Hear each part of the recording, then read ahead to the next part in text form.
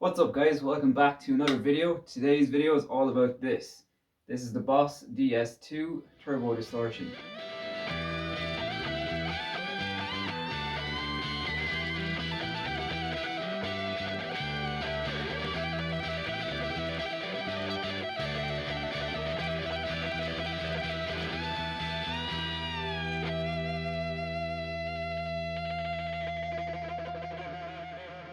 So this is the main pedal that John Frusciante used throughout basically his whole career for his distortion tone and his solo tone. As you can see on the settings, I have it set up the exact way that he used it.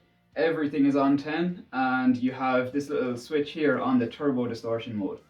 By having everything on 10 like that, once you kick this on, you're going to get a serious amount of amp noise. So what John used to do is he used to turn on the pedal when he was playing a solo or chords or whatever, and then as soon as he was finished with it, turn it off straight away because you're going to get serious feedback if you have it set like this. I'm going to run through some pros and cons of this pedal because even though it's amazing, there is some funny little things with it.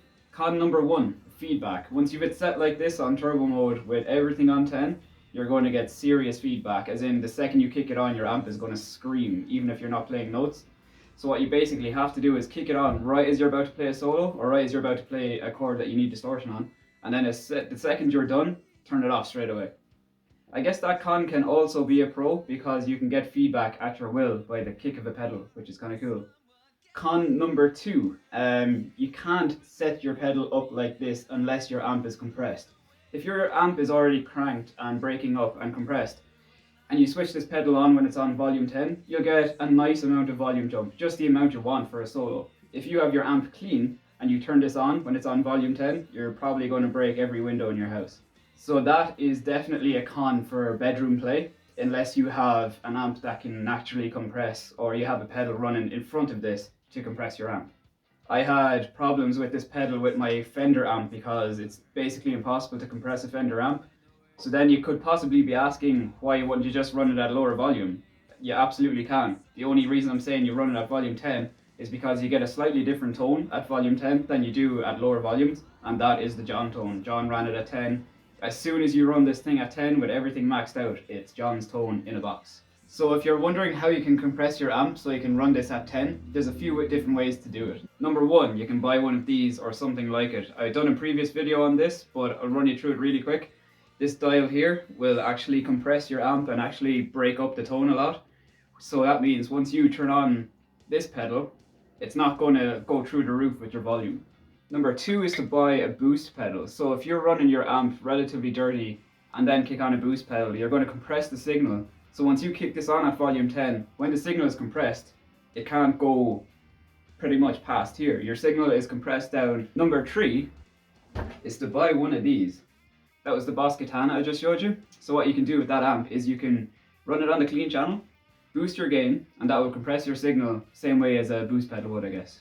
I'm definitely going to do a video on the Boss Katana because that's probably the closest John tone I've got out of any amp. I will also do a video in the future of actually dialing in John's tone, which will be pretty cool to do, and I'm sure a lot of people will want to know how to do that. A couple of pros then. Pro number one, obviously it sounds amazing and it nails John's tone. But one thing that I love about it is that you have so much sustain with this pedal. You can literally play a note and it'll probably ring out for about 15 seconds, which is amazing. Pro number two is that they're actually really affordable. I'll put it up right here because I can't remember off the top of my head how much they are, but they're actually relatively cheap. Also, one of the best things about this pedal being cheap is that you can have two.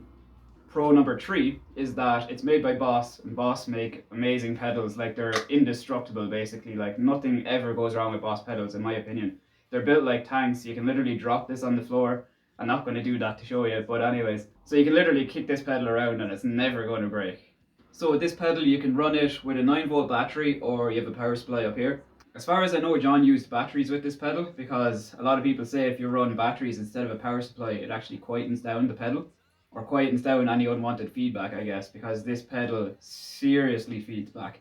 As I said before, once you crank this up to 10 and you kick it on, it's going to be noisy. One thing you might have noticed about John when he plays live at the Chili Peppers, when he was playing a solo, say on the outro of a song, and he walked across the other side of the stage, maybe he was up close with the crowd, he would sprint back to his pedal board to turn this off, because as soon as the song ended, this thing would scream. So I'm going to run through some tones with this thing, and just to let you know, everything is going to be on 10. Also, just a quick piece of advice, if you're recording with this, a lot of the time I turn the volume down. It's fine when you're playing live and you can afford to be really loud, but when you're recording and you crank the volume to 10, you're getting all this hiss in the background, which isn't really what you want. So a lot of the time if I'm recording, I'll actually back this down to about 10 or maybe even a bit less. It doesn't really affect the tone that much, maybe a little bit, but nothing noticeable. You're still going to know that it's the Boss DS2. So I hope you enjoyed the video, guys. If you have any questions about this thing, drop a comment below. If you enjoyed the video, hit like, hit subscribe, all that kind of stuff, and I'll see you in the next video.